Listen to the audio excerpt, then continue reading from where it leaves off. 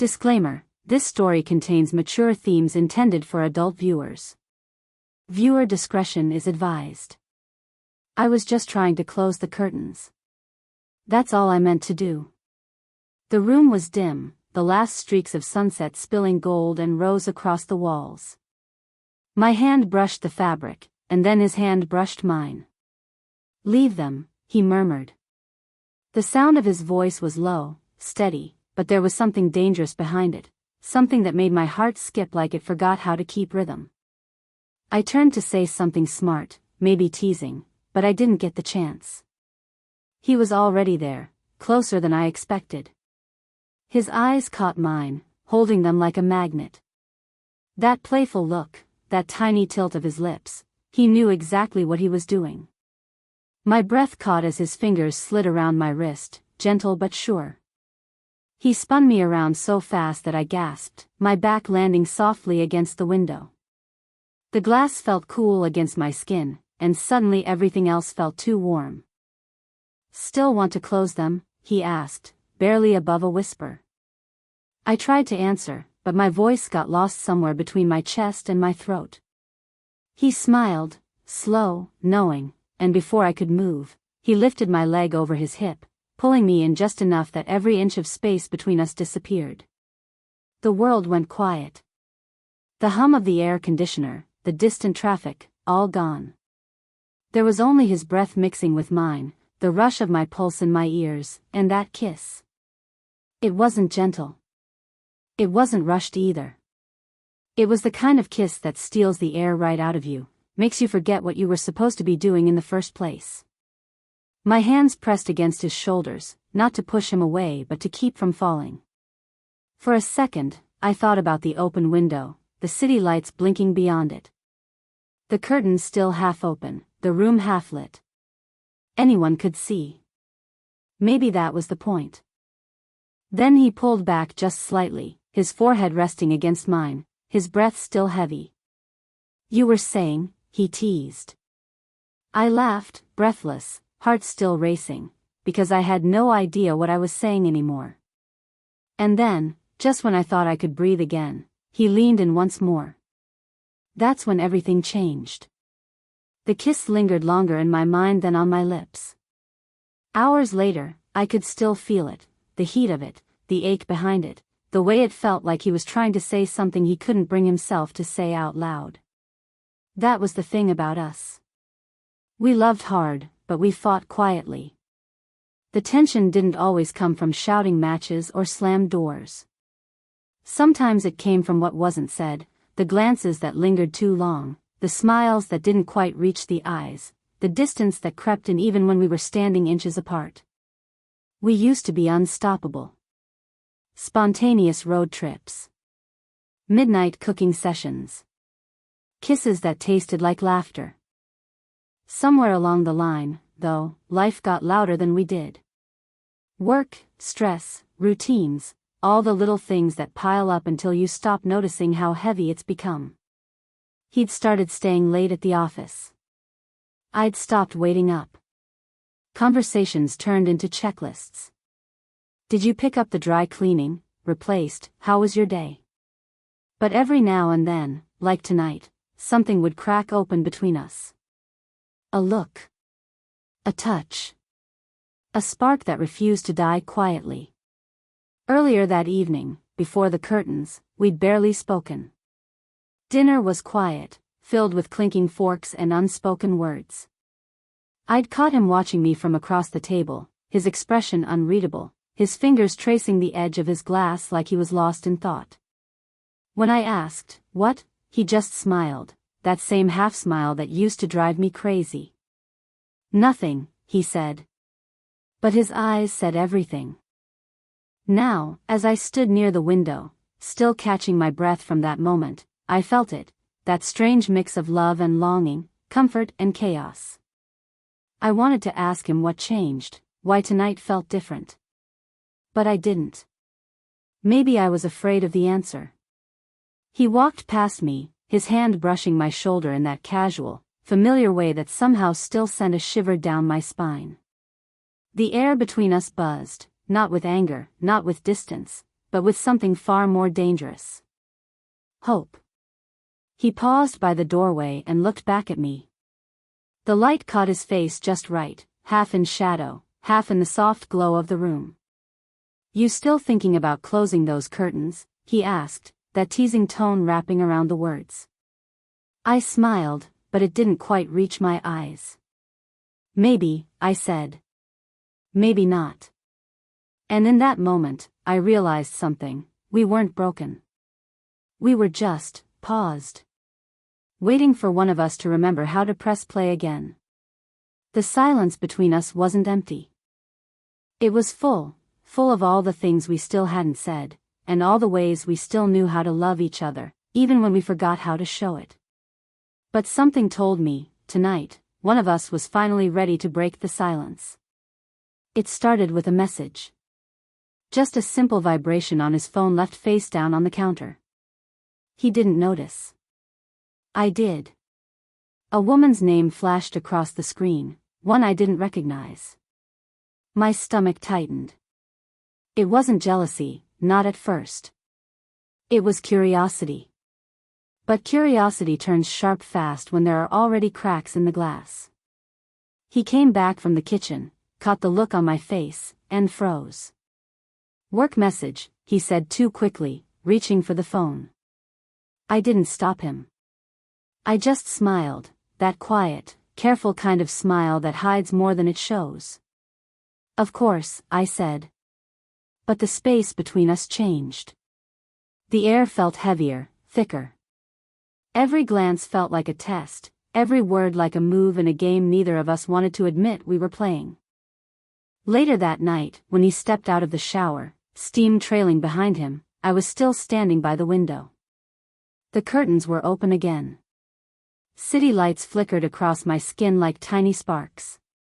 He stopped in the doorway, towels slung low on his hips, his expression unreadable. "You're still up?"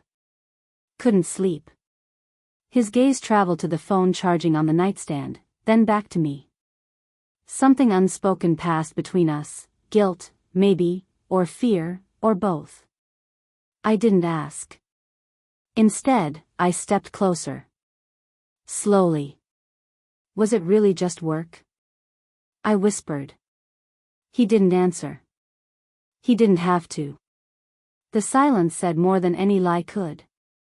I should have walked away.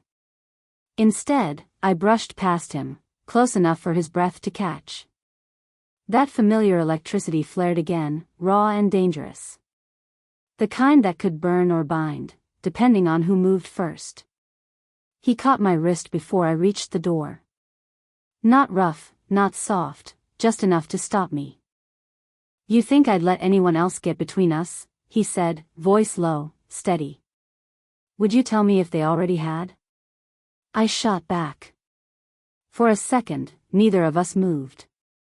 Then, slowly, his hand loosened. The storm between us didn't fade, it just hung there, waiting to break. Something was coming. We both felt it. And neither of us was ready. The next evening, the silence between us was louder than any argument could have been. Every sound, the ticking clock, the faint hum of the fridge, the rain tapping against the windows, felt amplified, like the world was holding its breath right along with us. He was sitting on the couch, scrolling through something on his phone. I stood by the kitchen counter, pretending to tidy up. Pretending not to notice him watching me from the corner of his eye. When the power flickered and went out, the room plunged into darkness. I froze. He let out a quiet laugh, the kind that always broke tension, except tonight, it didn't. Tonight, it made it worse. "I'll check the fuse," he said, his voice low in the dim light of the storm outside. "No, it's fine," I whispered, not even sure why I said it. Maybe I didn't want him to leave the room. Maybe I just didn't want to be alone in the dark, not with my thoughts. Lightning flashed, and for a second, I saw him clearly, standing there, eyes locked on me, jaw tight. The power stayed off, leaving us in the soft glow of the city lights bleeding through the rain-soaked window. He stepped closer. Slowly. Deliberately. You still don't believe me, do you? He asked. I don't know what to believe anymore, I said, my pulse quickening. He stopped inches away, the heat of his body cutting through the chill of the dark room. The tension between us was almost tangible, sharp, magnetic. His hand brushed a strand of hair from my face. It was such a small gesture, but it sent a current straight through me. I wanted to move, to say something, to stop whatever this was before it went too far, but I didn't. His breath hitched, his eyes flicking to my lips. For a moment, it felt like the world stopped spinning. Maybe, he murmured, you just need to be reminded who I am. My heart raced. The air felt charged, heavy with everything we hadn't said, the hurt, the want, the truth waiting to break free. And then, a knock at the door. Sharp. Unexpected. Both of us froze. The tension shattered like glass, but the question hanging in the air stayed burning hot. Who was at the door? The knock echoed through the room like thunder after lightning. Neither of us moved. The sound didn't belong here, not tonight, not in this storm, not in the middle of everything that was already breaking between us. He looked at me. I looked at him. And in that tiny space between our breaths, I saw something flicker in his eyes, panic. He hesitated before walking to the door. My chest tightened. Something wasn't right. I felt it before I understood it. He opened it just enough to block whoever was outside from my view. But I heard her voice. Soft. Familiar. Too familiar. Hey, she said. It was the same voice from the message. The one with the name I didn't recognize. Until now. I stepped forward, my heart pounding so loud it drowned out the rain. Who is it? I asked, though part of me already knew. He froze, shoulders stiff, then slowly turned. She was standing there, younger, nervous, holding an umbrella dripping onto the floor. Her eyes darted from him to me and back again.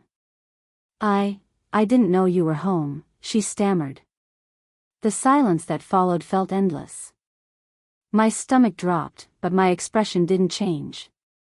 I just stood there, watching both of them, waiting for him to say something, anything that could make this make sense. He didn't. Instead, she did. I just came to drop this off, she said, holding up a folder. You left it at the office. Office. Of course. The same office he'd been staying late at for weeks.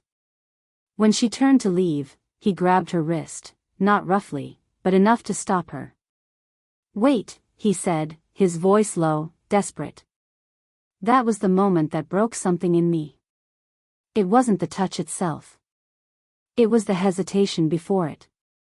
Like he didn't know who to let go of. Don't, I whispered.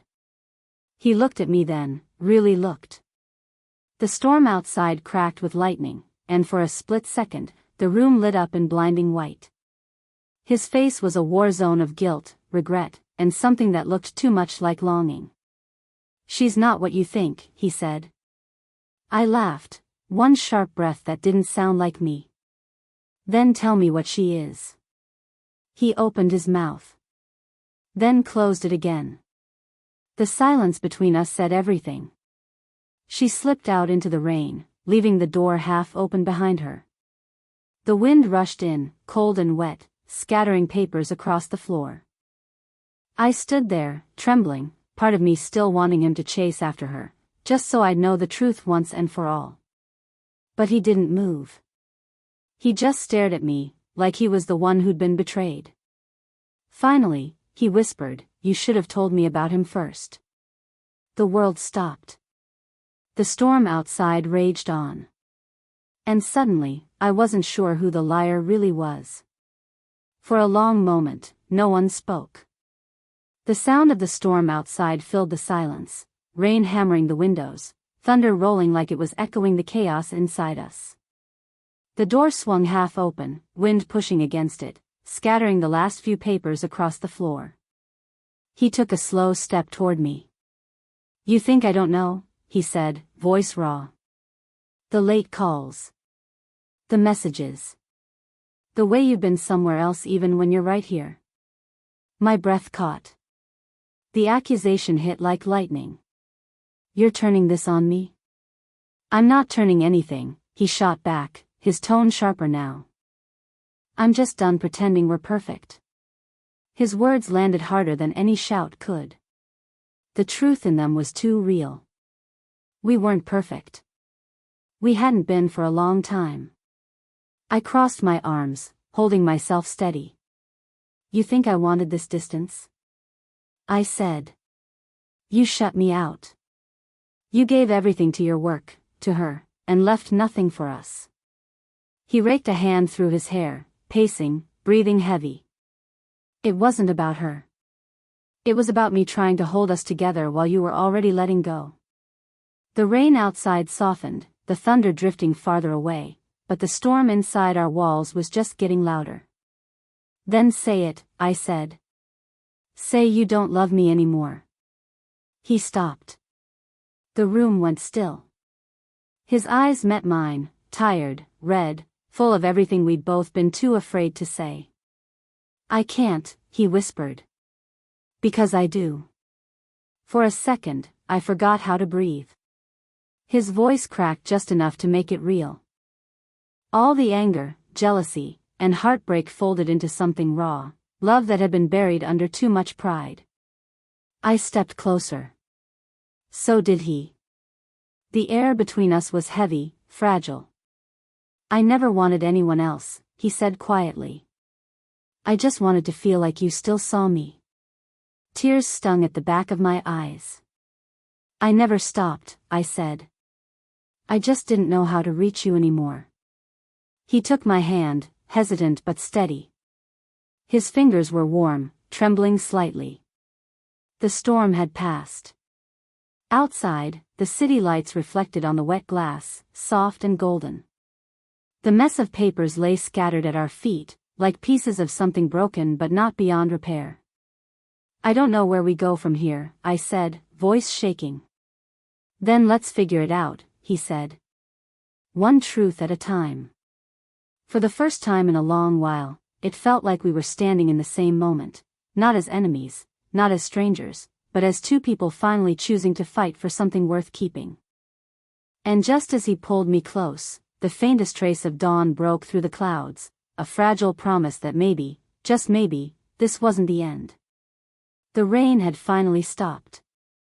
Morning lights spilled softly through the windows, streaking the walls in gold and rose. The storm had left everything glistening, the glass, the floor, even the air felt washed clean. We hadn't spoken much since last night. No shouting, no more questions, just quiet. The kind of silence that doesn't sting anymore, the kind that feels like peace after the fire burns out. He was standing by the window, shirt half buttoned, staring out at the city still waking up. For a second, I just watched him, the calm in his posture, the steady rise and fall of his shoulders. He turned when he felt my gaze. You couldn't sleep either, he asked softly. I shook my head. Didn't want to. Something flickered across his face, that familiar smile, the one that used to say everything without words. He crossed the room slowly, like he was still afraid the ground might break under us. But when he reached me, he didn't stop. He just wrapped his arms around me, firm and certain, like he'd been waiting a long time to remember how. I let myself sink into it. The warmth, the steadiness, the heartbeat pressed against mine. It wasn't perfect, nothing ever is, but it was real. And real was enough. I don't want us to go back, I murmured against his chest. I want us to start again. He pulled back just enough to look at me, his eyes glinting in the morning light. Then let's start now. He kissed me, slow and sure. Not desperate like before, not uncertain, but like a promise. A quiet, lasting one. The kind that doesn't fade when things get hard. When we finally pulled apart, he rested his forehead against mine. We've both made mistakes, he said, voice low. But if you're still willing to stay, I am, I whispered. As long as you meet me halfway. He smiled, brushing a thumb along my jaw. Always. Outside, the city was alive again, cars moving, sunlight glinting off wet streets. Inside, it felt like time had reset. Like love had found its way back through the cracks. We stood there for a while, wrapped up in the quiet morning, the past slowly falling away behind us. And when he finally reached out to close the curtains, the same curtains that started everything, I caught his hand. Leave them open, I said with a smile. Let the light in this time. He laughed softly, pulled me closer again, and kissed me once more. No storm, no secrets, just us. And for the first time in a long time, it felt like home.